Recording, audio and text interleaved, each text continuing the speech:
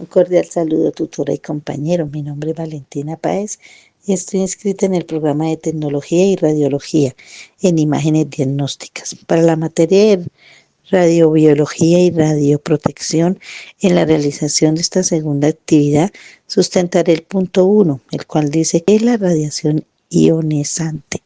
¿Cómo se clasifica? La radiación ionizante es energía emitida en forma de partículas u ondas electromagnéticas con suficiente energía para ionizar átomos, es decir, arrancar electrones. Puede dañar tejidos en organismos vivos. Se clasifican de la siguiente manera. Primero está la electromagnética, entre la cual están los rayos X, que tienen una alta penetración y son usados en diagnósticos médicos. Y los rayos gamma, que son emitidos por isótopos radioactivos y tienen aplicaciones en oncología. La segunda clasificación es corpuscular o por partículas. Entre estas están las alfa, que son núcleos de helio con baja penetración, las beta, que son electrones de penetración media, y los neutrones, que no tienen carga. A continuación hablaré sobre la radiación natural y la artificial. La natural procede de fuentes ambientales sin intervención humana, como por ejemplo radiación cósmica, la terrestre y la interna, mientras que la artificial es la que es generada por actividades humanas por medio de equipos médicos, reactores nucleares y radioterapia. La radiación tiene aplicaciones imagenología médica, la terapia oncológica y la esterilización. Algunos equipos generadores de radiación ionizante pueden ser los tubos de rayos X, los tomógrafos computarizados, los mamógrafos, los equipos de fluoroscopia y los sistemas de radiología digital. Muchas gracias por su atención. Un cordial saludo. Ejercicio número 3. Interacción de la radiación con la materia. Para comprender un poco mejor este tema, tengo 3 ejemplos que nos pueden ayudar a entenderlo mejor. En primer lugar tenemos el efecto Compton, que es cuando un fotón choca contra un electrón y se dispersa con menos energía. Esto genera una radiación secundaria que causa unos tonos grisáceos en los tejidos blandos. Como segundo ejemplo tenemos el efecto fotoeléctrico, en el cual el fotón entrega toda su energía a un electrón y se dispersa. Este se desaparece. Es típico en huesos y en estructuras densas. Se ve en blanquecino o radiopaco y se evidencia muy fácilmente en las imágenes. Como tercer y último ejemplo tenemos la producción de pares, que requiere unas energías muy altas, en las cuales el fotón se convierte en un electrón y en un positrón. No ocurre en radiografías, pero sí en tomografías por emisión de positrones. Hola, mi nombre es Rocío Pérez Rincón. Les voy a expresar sobre el punto 4 con esta unidad de manera colaborativa. Entonces les voy a hablar sobre el tubo de rayos X, que como podemos observar tenemos algunas características y partes principales de este tubo, como el ánodo, el cátodo, generador de diferencias de potencial, generador de corriente, ampolla de vacío.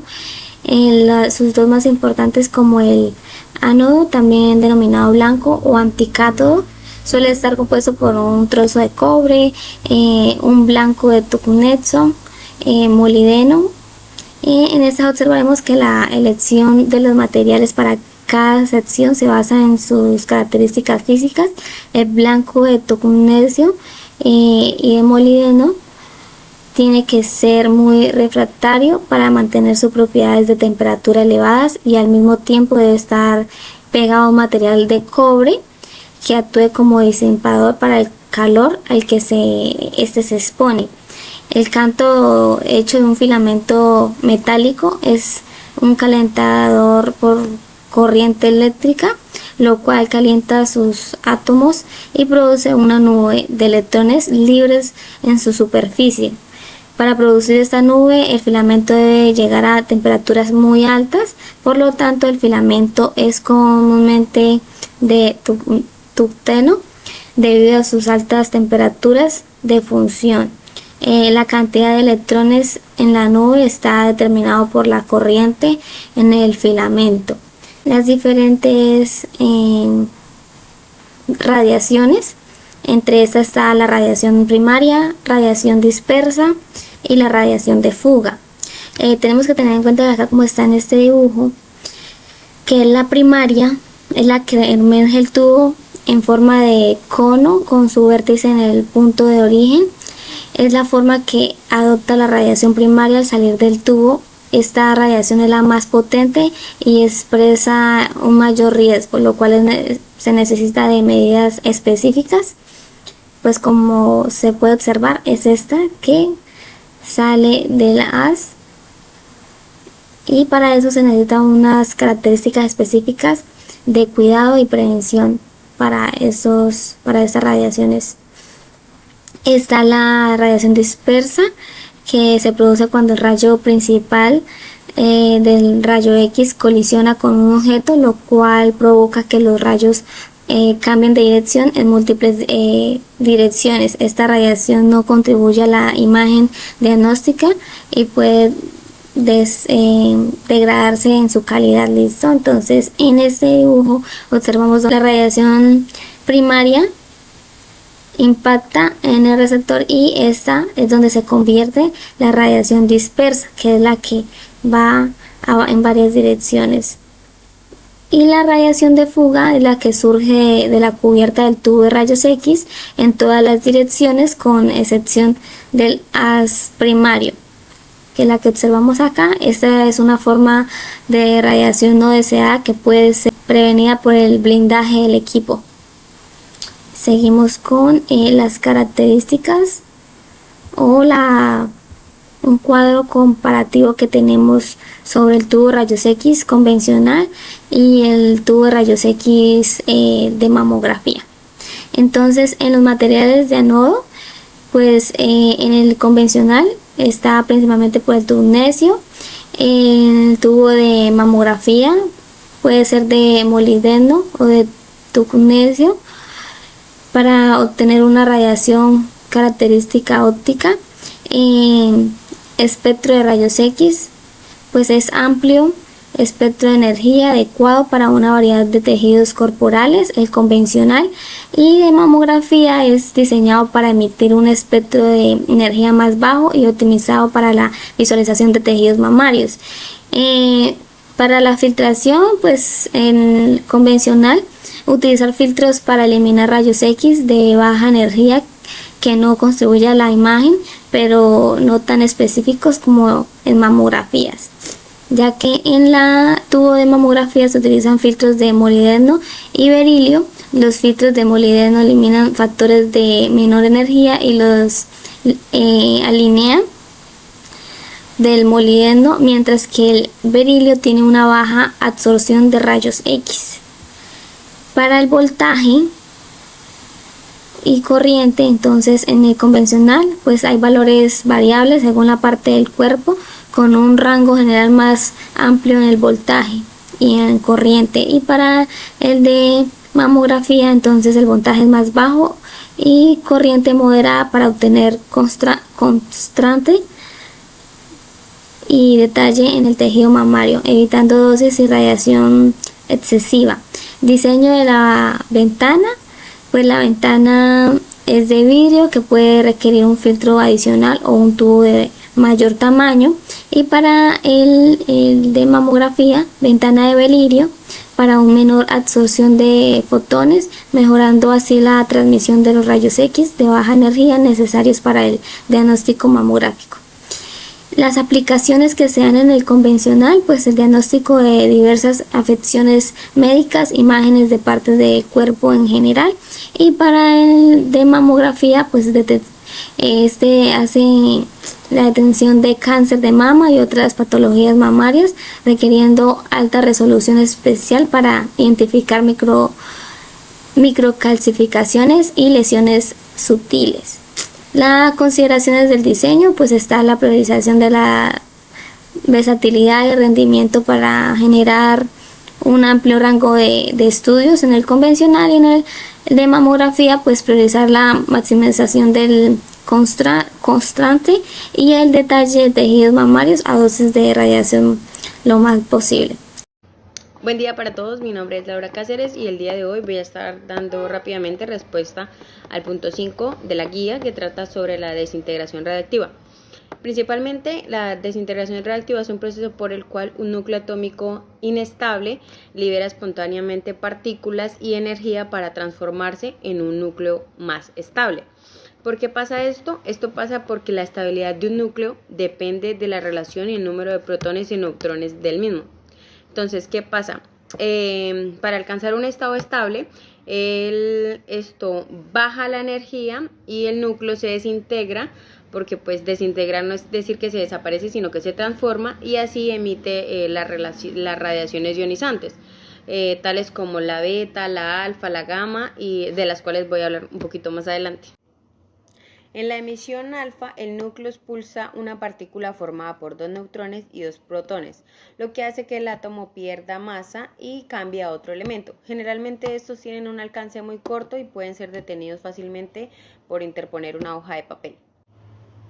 La emisión beta, por otro lado, ocurre cuando un neutrón dentro del mismo núcleo se convierte en un protón, liberando una partícula beta, ya sea un electrón o un positrón, lo que hace que el número de protones cambie y por lo tanto asimismo cambie su identidad química.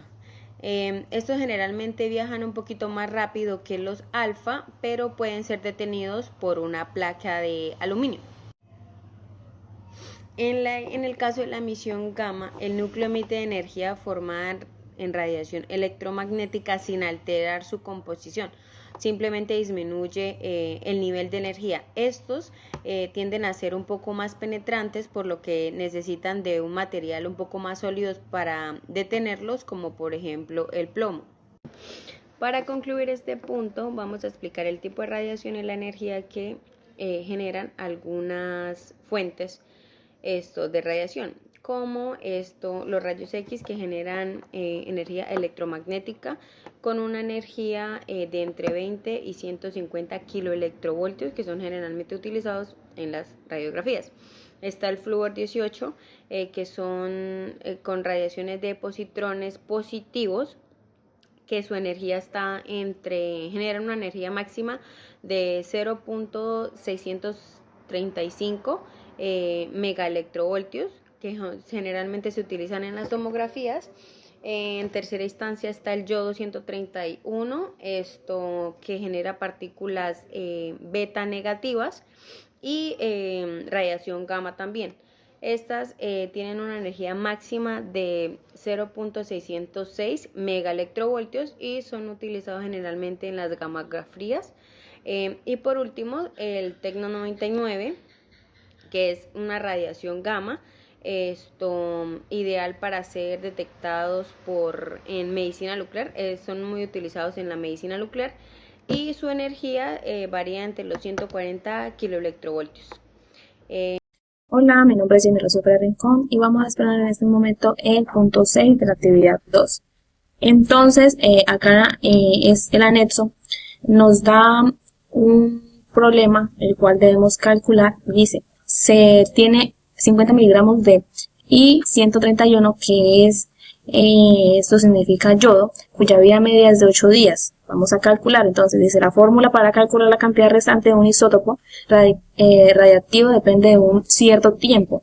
Entonces, es decir que acá tenemos cantidad restante, que equivale a n sub 0, que es cantidad inicial, t de tiempo transcurrido, y t un medio, que es vida media del isótopo. Entonces iniciamos desarrollando la fórmula que esa nos brinda, que es 50 igual a n sub 0 por un medio de vida. Entonces ese radicaría en 30, que es los 30 días que nos está dando el ejercicio, y 30 días que nos brinda el ejercicio y 8 días, que es lo que nos dice que tiene actualmente. Entonces acá vamos a desarrollar, para sacar esta operación, lo vamos a hacer en una división. Entonces se hace n sub 0 igual a 50 dividido en un medio de vida, 30 sobre 8. Entonces tenemos la división de 30 sobre 8, esto es igual a 3.75 en un medio Entonces ahora esto vamos a hacerlo como multiplicación a la 3.75. El valor que nos dio acá se multiplica y esto es el mismo valor de 1 igual a 0.0743. Esto entonces, esta operación de acá la convertimos en un número. Lo cual entonces decimos que este número es la que despejamos de 1/2 sobre a la 3.75, despejando nuestra fórmula inicial, que es la que observamos acá. Y entonces el número que nos falta despejar es el 50. Ya hicimos una parte de nuestro problema, pero entonces nos quedaría el 50. Entonces ahora acá cogemos 50 sobre el 0.0743 y eso se hace una división dándonos como resultado el 6.72.5 miligramos. ¿Sí? Esto hace referencia a que hace un mes había 6.72.5 miligramos de yodo. Bueno, entonces como otra parte del ejercicio nos dice que ¿qué cantidad habrá dentro de 2 meses? Entonces acá nos están preguntando en futuro, ¿sí? Entonces volvemos a nuestra fórmula teniendo en cuenta que nuestra fórmula base, que cantidad actual, N, 50 miligramos, vida media, 8 días, la fórmula, que es la que nos brinda el ejercicio. Entonces con esta vamos de nuevo a calcular ahora en futuro cuánto nos tendremos de aquí a 2 meses. Lo cual eso quiere decir que N igual a 50 por 1/2. Entonces acá tenemos 8, que se refiere a los 8 días, y pues como el ejercicio anterior decía que era 30, pues acá nos está diciendo que a 2 meses, entonces son 60. Entonces 60 sobre 8. Entonces se dice que 60 dividido en 8, que es la potencia, es la que vamos a desarrollar como en la fórmula anterior. Entonces 60 dividido en 8 es igual a 7.5. Entonces, acá en la operación de división la convertimos en un solo número que es 7.5. Ahora vamos a, de nuevo, nuestra fórmula, 1/2 dividido a 7.5 es igual a 0.00552. Quiere decir que vamos a simplificar este 1/2 a 7.5 convirtiéndolo en un solo número multiplicando el 1/2 por la potencia. Bueno, entonces decimos que acá para este resultado ya reducimos esta parte de la fórmula y ahora entonces nos hace falta despejar nuestros 50. Entonces acá se hace una multiplicación porque acá no se ni se convirtió ni se invirtió nada. Entonces simplemente se multiplica 50 por 0.00552 para un valor total de igual de 0.276 miligramos. Es decir que en un lapso futuro, como operación final, dentro de 2 meses quedarán 0.276 miligramos de y igual a 131, que esto sabemos que hace referencia a yodo. Entonces ya vamos al último punto, periodo de semidesintegración. Entonces acá necesitamos nos pide una constante que es un símbolo que como si fuera una y en lo contrario, n, que representa el logaritmo natural, pero este logaritmo natural se está multiplicando por 2, entonces se multiplica. Esa sería la vida media, como el dato que nos daban a nosotros, que era t 1/2, que equivale a 8 días. Vamos a reemplazar valores de esta ecuación y quedaría constante igual a 0,693 sobre 8, que son el tiempo medio, que son 8 días. ¿Sí? ¿De dónde sacamos este resultado? Pues multiplicando el logaritmo por 2. Esto se hace una división, lo cual el resultado es 0.0866 día. Eso equivale a día. Entonces, hallando ya ese valor, podemos decir que el periodo de semidesintegración es igual de 8 días. Entonces, ¿por qué decimos que 8 días? Porque esto es un aproximado, el valor que nos da acá es un aproximado a 8 días. Bueno, para el ejercicio 7 vamos a calcular cuántos núcleos se desintegran en 380 minutos si partimos de 100.000 núcleos y el periodo de desintegración es de 110 minutos. Para esto tenemos que evidenciar que 100.000 núcleos son los iniciales, esto sería n sub 0. 110 minutos equivale a la vida media y 380 minutos al tiempo transcurrido, que esto es t minúscula. Primero calculamos cuántas vidas medias han pasado, entonces dividimos 380 en 110, lo cual nos da 3.45. Significa que han pasado 3 vidas medias completas más 0.45 de otra vida media.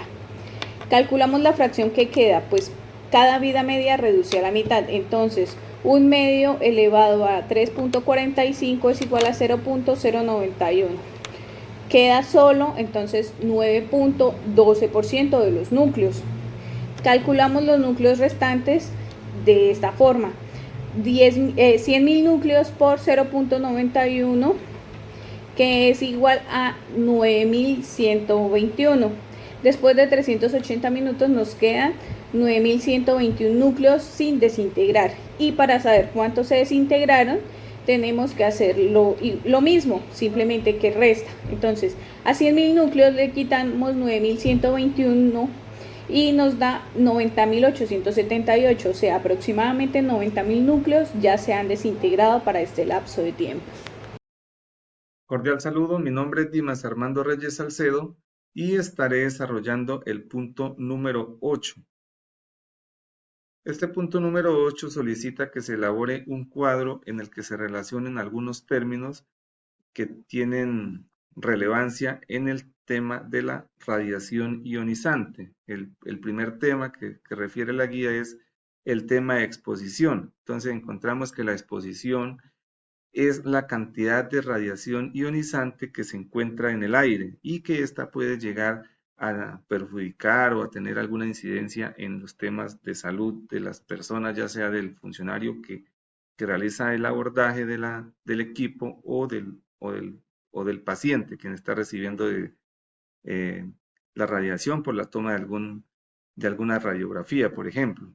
Y encontramos que a nivel corporal hay algunas células o algunos tejidos que son más radiosensibles a la radiación ionizante, que es más fácil que le puedan causar alguna enfermedad, por así decirlo. Entonces encontramos, por ejemplo, que las células reproductivas o las células del epitelio del tracto gastrointestinal, pues también son más radiosensibles, y que hay unas que son más resistentes, por así decirlo, como son las óseas, el pulmón, el riñón, el cartílago, el músculo y el tejido nervioso.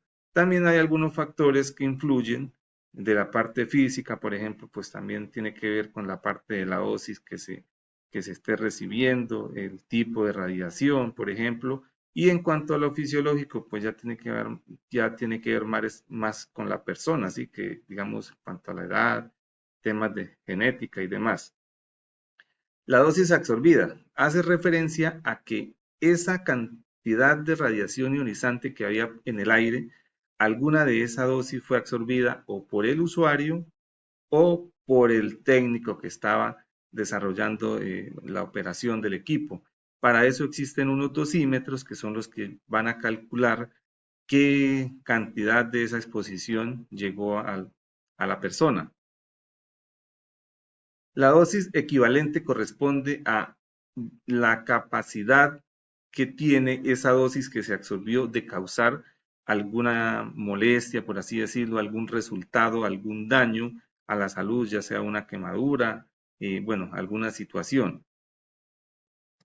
Y la dosis efectiva quiere decir de que en el tiempo, si se mantiene ese grado de exposición o ese grado de dosis absorbida, puede llegar a tener alguna incidencia a futuro. Entonces, pues eso también es relativo a que se usen los elementos que se deben usar en estos procedimientos, que debe haber un blindaje de plomo, que también es proporcional a la distancia del tubo de rayos X al operador. Por eso, pues a más distancia, pues va a haber una menor cantidad de dosis absorbida. También es relativo a que los equipos estén en buenas condiciones, que no tengan, por ejemplo, algún desperfecto, alguna fisura y pueda estar escapándose radiación ionizante. Y el tiempo también de exposición, ¿sí? De pronto, si una persona tiene que repetir, por ejemplo, una placa de nuevo, pues si estuvo expuesto un ejemplo 10 segundos, ahora va a estar 20, que es, pues obviamente va